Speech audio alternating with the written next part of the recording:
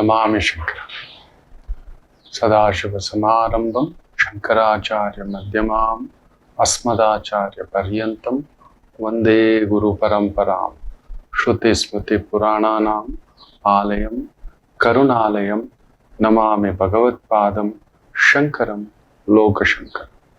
ನಾಡಿನ ಸಮಸ್ತ ವೀಕ್ಷಕ ಬಂಧುಗಳ ಪಾದಾರವಿಂದಗಳಿಗೆ ನನ್ನ ಶಿರಸಾಷ್ಟಾಂಗ ನಮಸ್ಕಾರಗಳು. 3 ನಕ್ಷತ್ರಗಳಿದ್ದಾರೆ. ಇವರು ಎಲ್ಲಿದ್ದರೂ ಆನಂದವೇ.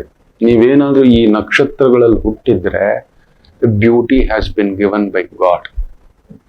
ಹೌದು, ನೀವು ಯಾವುದೇ ಲಗ್ನ ಇರ್ಲಿ, ರಾಶಿ ಇರ್ಲಿ, ಏನೇ ಇರ್ಲಿ, ನಿಮ್ ಜಾತಕದಲ್ಲಿ ಏನೇ ದೋಷ ಇರ್ಲಿ, ಇಲ್ಲ ಪ್ಲಸ್ ಪಾಯಿಂಟ್ ಇರ್ಲಿ, ಇಲ್ಲ ಮೈನಸ್ ಪಾಯಿಂಟ್ ಇರ್ಲಿ, ಅದು ಆಮೇಲೆ ಅದೆಲ್ಲ ಊಟದಲ್ಲಿ ಒಂದು ಕೇಸರಿ ಬಾತ್ ಇದ್ದಾಗೆ, ಇಲ್ಲ ಒಂದು ಜಾಮೂನ್ ಇದ್ದಾಗೆ, ಒಂದು ಐಸ್ ಕ್ರೀಮ್ ಇದ್ದಾಗೆ, ಇಲ್ಲ ಒಂದು ಹೋಳಿಗೆ ಇದ್ದಾಗೆ, ಒಂದು ಚಿರೋಟಿ ಲಾಡು ಇದ್ದಾಗೆ, ಈ 3 ನಕ್ಷತ್ರದಲ್ಲಿ ಹುಟ್ಟಿರ್ತಕ್ಕಂಥವ್ರಿಗೆ ದೈವ ಕೊಟ್ಟಿರುವ ವರ.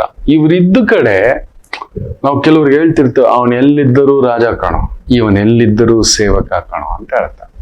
ಆದ್ರೆ ಈ 3 ನಕ್ಷತ್ರ ಇದಾರಲ್ವಾ, ಇವರೆಲ್ಲಿದ್ದರೂ ಆನಂದವೇ. Surrounded by females and fragrance and entertainment ಅಂತ ಹೇಳ್ತೇವೆ. ಅದೊಂದು ಆನಂದ, beauty of the gods gift, ದೈವದ ಒಂದು ವರ ಅದು.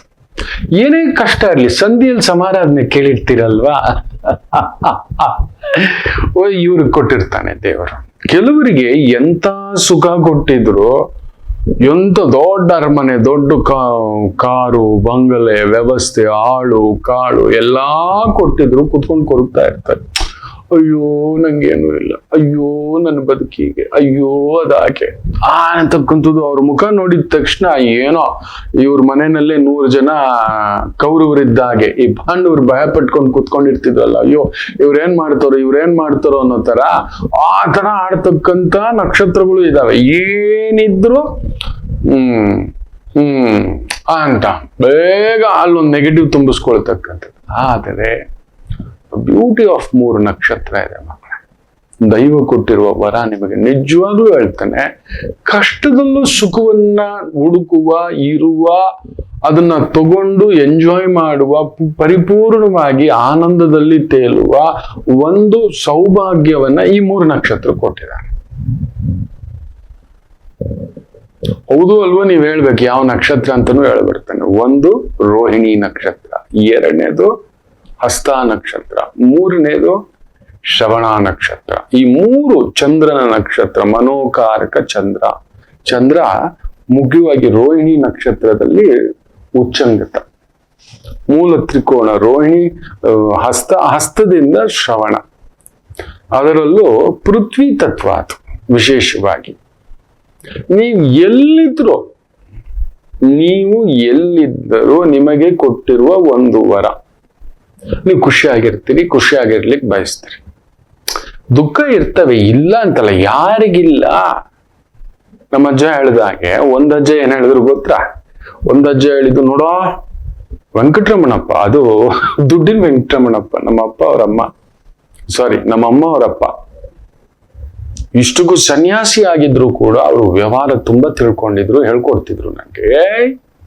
1 ಲಕ್ಷ ರೂಪಾಯಿ ಯಾವಾಗ್ಲೂ ಇರ್ಬೇಕು, ಅದ್ ನಿನ್ನ ಕಾಪಾಡುತ್ತೆ. ಒಂದ್ ಸ್ಟೇಜ್ ಬಂದಾಗ ಹೇಳ್ಕೊಟ್ಟು, 10 ಲಕ್ಷ ಇದ್ಬಿಟ್ರೆ ನೀನು ಲೈಫ್ ಸೆಟ್ಲು ಕಣೋ ಅಂತ, ನೀನು ಕಾಪಾಡುತ್ತೆ ಅದು ಕಷ್ಟ ಕಾಲಕ್ಕೆ. ಆ ಕಾಲಕ್ಕೆ 1% ಈಸಿಯಾಗಿ ಬಡ್ಡಿ ಬರೋದು.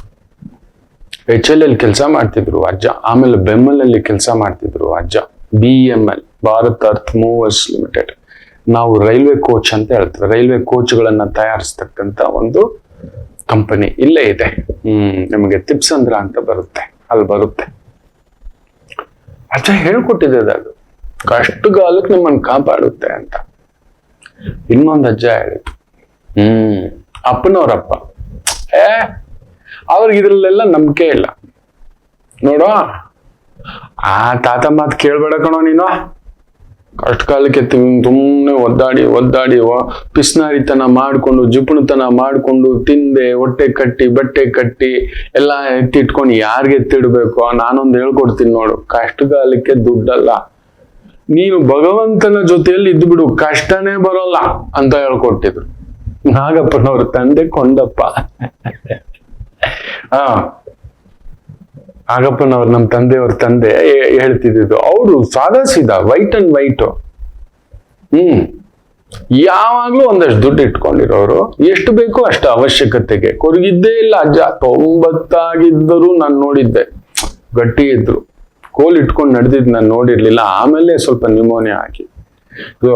ಈ 3 ನಕ್ಷತ್ರ ಇದ್ರು ಅಂತ ಇಟ್ಕೊಳ್ಳಿ. ಇವ್ರು ಇದ್ದ ಕಡೆ ಕಷ್ಟನೇ ಬರಲ್ಲ. ತಮಾಷೆ ಗೊತ್ತಾ, ಎಂತ ಕಷ್ಟ ಇದ್ದರೂ ಅದರಲ್ಲಿ ಆನಂದವನ್ನ ಹುಡುಕತಕ್ಕಂಥದ್ದು ಇವರ ಭಾವ. ಮನೆಯಲ್ಲಿ ಈಗ ಹಾಲಿಲ್ಲ ಅಂತ ಇಟ್ಕೊಳ್ಳಿ, ಕಾಫಿ ಮಾಡಬೇಕು. Hey beautiful, can we do ಒಂದು ಬ್ಲ್ಯಾಕ್ ಕಾಫಿ ಮಾಡೋಣವಾ ಅಂತಾರೆ. ಒಂದು ಜಿಂಜರ್ ಟೀ ಮಾಡೋಣವಾ, ಬ್ಲ್ಯಾಕ್ ಟೀ ಸೂಪರ್ ಆಗಿರುತ್ತೆ. ಎಲ್ಲಾಚಿ ಟೀ ಮಾಡೋಣವಾ, ಗೋವಾ ಎಲೆ ಪಕ್ಕದಲ್ಲೇ ಸೀಬೆ ಹಣ್ಣಿನ ಎಲೆ ಇದ್ರೆ ತಗೊಬಂದು ಅದನ್ನ ಕಟ್ ಮಾಡಿ ಹಾಕಿ, ಸ್ವಲ್ಪ ಟೀ ಸೊಪ್ಪು ಹಾಕಿ, ಇಲ್ಲ ಅದರಲ್ಲಿ ಚೆನ್ನಾಗಿ ಬೇಯಿಸಿ ಅದನ್ನೇ ಡಿಕಾಷನ್ ಮಾಡಿ ಸೂಪರ್ ಆಗಿ.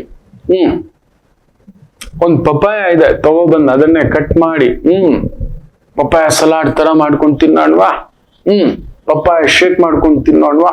ಇವ್ರು ನೋಡ್ಬಿಟ್ರೆ ನಿಜವಾಗ್ಲೂ ಹೇಳ್ತಾನೆ, ಎಂತವನಿಗೂ ಕೂಡ ಕಷ್ಟ ಅನ್ನೋದು ಮರ್ತೋಗ್ಬಿಡುತ್ತೆ.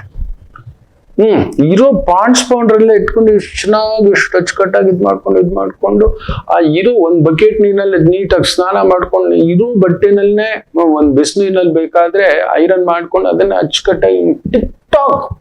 ಅವ್ರನ್ನ ನೋಡಿದ್ರೆ ನಂಬಿದ್ರೆ ನಂಬಿ, ರೋಹಿಣಿ ನಕ್ಷತ್ರ, ಹಸ್ತ ನಕ್ಷತ್ರ, ಶ್ರವಣ ನಕ್ಷತ್ರ ಅವ್ರಿಗೆ ಕಷ್ಟ ಇದೆ ಅನ್ನೋದೇ ಗೊತ್ತಾಗಲಕ್ಕ. ಕಡಿಮೆ ಅಂದ್ರೂ ಅವ್ರು ಒಂದು 10 ಲಕ್ಷಕ್ಕಾದ್ರೂ ಇಲ್ವೇನೋ ಅನ್ಸೋ ತರ ಕಾಣಿಸ್ತಾರೆ. ಇಲ್ಲ ಕೋಟೀಶ್ವರರ ತರನೇ ಕಾಣಿಸೋದು.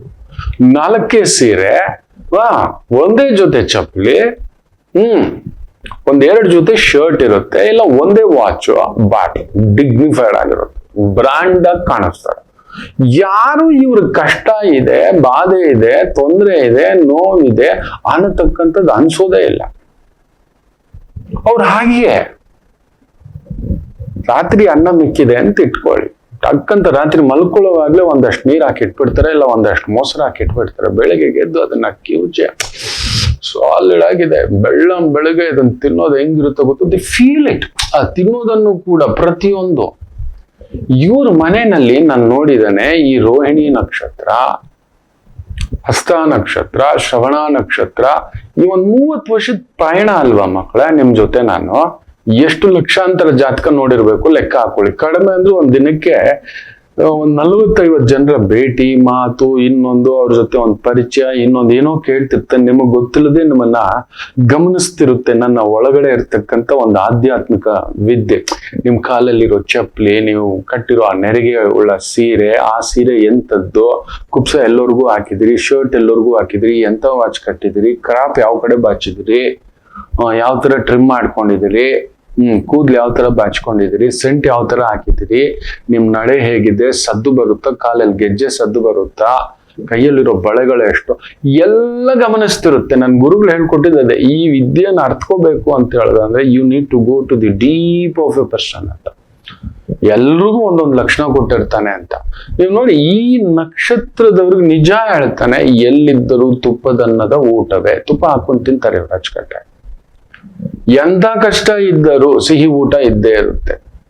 ಇರುವುದರಲ್ಲೇ ಆನಂದವನ್ನ ಪಡೆಯುವುದರಲ್ಲಿ ಈ ನಕ್ಷತ್ರದವರು ಪಡ್ಕೊಂಡು ಬಂದಿರತಕ್ಕಂಥ ಒಂದು ಯೋಗ ಇದೆಯಲ್ಲ, it is one of the best. ಈ 3 ನಕ್ಷತ್ರದವ್ರಿಗೆ ನಾನ್ ನೋಡಿದ ಹಾಗೆ ನಿಜ ಹೇಳ್ತಾನೆ, ಆ ಆನಂದವೇ ಇವ್ರಿಗೆ ಕಷ್ಟ ಕೊಡಲ್ಲ. ಇವರು ಎಲ್ಲಿದ್ದರೂ ಆನಂದವೇ. ನಾಟ್ ಓನ್ಲಿ ದ್ಯಾಟ್, ಇವ್ರು ಇದ್ದ ಕಡೆ ಆನಂದ ತಂದು ಬಿಡುತ್ತಾರೆ. ಇವ್ರ ಹತ್ರ ನೀವು ಕಷ್ಟ ಮಾತಾಡಿ ನೋಡಿ ಎದ್ದೋಗ್ಬಿಡ್ತಾರೆ. ತೊಂದರೆಗಳು, ಬಾಧೆಗಳು, ಸಂಕಟಗಳು, ನೋವುಗಳು, ಅಯ್ಯ ಅಮ್ಮ ಅಪ್ಪ ಇದು ಅಂತ ಹೇಳಿದ್ರಿ ಅಂತ ಅಪ್ಪ ನಿನ್ ಸವಾಸ ಸಾಕು ಹೇಳ್ತೀರನೆ ಸೈಲೆಂಟ್ ಆಗಿ ಎದ್ದು ಜಾರ್ಕೋಬಿಟ್ಟಿರ್ತಾರೆ. ಏನಿದು, ಯಾವಾಗ್ಲೂ ಇದೇ ರಾಗ ಇದೇ ಪೀಠಿಗೆ ಅನ್ನತಕ್ಕಂಥದ್ದು ಅದೊಂದಿದೆ. ಇರೋಲ್ಲ ಇವ್ರು ತುಂಬಾ ದುಃಖದ ಕಡೆ ನಿಂತ್ಕೊಳ್ಳಲ್ಲ. ಅದಕ್ಕೆ ಬರೀ ದುಃಖ ಮಾತಾಡೋರ ಜೊತೆಲಂತೂ ಇವ್ರು ಇರೋದೇ ಇಲ್ಲ. ದಿಲ್ ಜಸ್ಟ್ ಗೆಟ್ ಔಟ್. ಕಿರಿಕಿರಿ ಮಾಡೋರು, ಟೆನ್ಷನ್ ಮಾಡೋರು, ಪಿಟಿ ಮಾಡೋರು, ಅದ್ ಸ್ವಂತ ಅಣ್ಣ ಆಗಿರ್ಲಿ, ತಮ್ಮ ಆಗಿರ್ಲಿ, ಅಪ್ಪ ಆಗಿರ್ಲಿ, ಅಮ್ಮ ಆಗಿರ್ಲಿ ಮೌನ ವಹಿಸ್ಬಿಡ್ತಾರೆ. ಅವ್ರ ಜೊತೆ ಹೆಚ್ಚು ಮಾತಾಡಕ್ ಹೋದ್ರು. ಇದೇನಾಯ್ತು, ಯಾವಾಗ ನೋಡಿದ್ರು ಇಲ್ಲ ಅಂತ ಹೇಳ್ತಾರೆ. ಇರುವುದರಲ್ಲೇ ಅದ್ಭುತವಾಗಿ ಬದುಕು ಕಟ್ಟುವ ಒಂದು ಆನಂದತೆ. ನೀವು ಈ ನಕ್ಷತ್ರದವರಾಗಿದ್ರೆ ತುಂಬಾ ಜನ ಕಮೆಂಟ್ಸ್ ಮಾಡ್ತೀರಿ, ನಾನು ಕಾಯ್ತಿರ್ತೇನೆ. ನೀವು ಹೃದಯ ಶ್ರೀಮಂತರೇ. ಹೃದಯದಲ್ಲಿ ಶ್ರೀಮಂತಿಕೆ ಇದ್ದು ಬಿಡ್ತು ಅಂತ ಇಟ್ಕೊಳ್ಳಿ ಮಕ್ಕಳೇ. ನಿಜ ಹೇಳ್ತಾನೆ, ನೀವ್ ಎಲ್ಲೋದ್ರೂ ಬದುಕಬಲ್ರಿ, ಎಲ್ಲೋದರೂ ನೀವು ಬದುಕಬಲ್ರಿ, ಆನಂದವಾಗಿರುವಲ್ರಿ. ಹೊರಗಡೆ ಶ್ರೀಮಂತಿಕೆ ಇಲ್ಲ, ಒಳಗಡೆ ಶ್ರೀಮಂತ ಬೇಕು. ಆ ಒಳಗಡೆಯ ಶ್ರೀಮಂತಿಕೆ ಈ 3 ನಕ್ಷತ್ರ. ಎಲ್ಲದರಲ್ಲೂ ಒಳ್ಳೇದು ಹುಡುಕ್ತಿರ್ತಾರೆ. ನೆಗೆಟಿವ್ ಅನ್ನಿಸ್ಬಿಡ್ತು, ಅಲ್ಲಿ ಇವರು ಇರುವುದಿಲ್ಲ. ತುಂಬಾ ಒಂದು ನೆಗೆಟಿವ್ ಮಾತಾಡೋದು, ಕೆಟ್ಟದಾಗಿ ಮಾತಾಡೋದು ತುಂಬಾ ರೇರ್ ಚಾನ್ಸಸ್. ಈ ನಕ್ಷತ್ರಗಳ ಭಾವದ ವ್ಯಕ್ತಿಗಳನ್ನ ನಾನು ತುಂಬಾ ಸೂಕ್ಷ್ಮವಾಗಿ ಗಮನಿಸಿದ್ದೇನೆ. They are happy kids. Happy kids. ತಮ್ಮ ಸುಖವನ್ನ ಕಳೆದುಕೊಳ್ಳೋದಕ್ಕೆ ಇವ್ರು ಒಪ್ಪೋದೇ ಇಲ್ಲ. ಏನಿದೆಯಾ ತಗೊಳ್ಳೋಣ, ಅದಕ್ಕೆ ಅಂತ ಹೇಳ್ಬಿಟ್ಟು ಅಯ್ಯೋ ಇಲ್ಲ ಅಂತ ಕೊರಗೋ ಮಾತು ಇಲ್ಲ. ಏನಿದೆಯೋ ಇವ್ರ ಚಾಪೆ ಮೇಲೇನೂ ಮಲಗ್ತಾರೆ. ತಮಾಷೆ ಗೊತ್ತಾ, ಅಲ್ಲಿ ಮಲಗೋರು ಅಚ್ಚುಕಟ್ಟಾಗಿ ಇವ್ರ ಮನ್ಸ್ ಕಂಫರ್ಟ್ ಇದೆ ಅಂತ ಹೇಳಿದ್ರೆ ಇವ್ರ ಜೊತೆಲಿ ಇದ್ದು ನೋಡಿ, ಆ ಖುಷಿ ನೀವು ಅನುಭವಿಸ್ತೀರಾ. ಯಾರ್ಯಾರು ಈ ನಕ್ಷತ್ರಗಳ ಜೊತೆಲಿ ಇದ್ದೀರಾ, ಇಲ್ಲ ಯಾರ್ಯಾರು ಈ ನಕ್ಷತ್ರದಲ್ಲಿ ಹುಟ್ಟಿದೀರಾ, ನಾನು ಹೇಳಿದ್ದು ಹೌದೋ ಅಲ್ವೋ ಕಾಯ್ತಾ ಇರ್ತೇನೆ. I be waiting for you. ನಿಮ್ಮ ಕಮೆಂಟ್ಸ್ಗೆ ನನ್ನ ಈ ಅನುಭವ, ನನ್ನ ಈ ಓಡಾಟ. ಪೃಥ್ವಿ ತತ್ವ ಅಲ್ವಾ, ಅಲ್ಲೊಂದು ಶಾಪವೂ ಇದೆ ನಿಮಗೆ.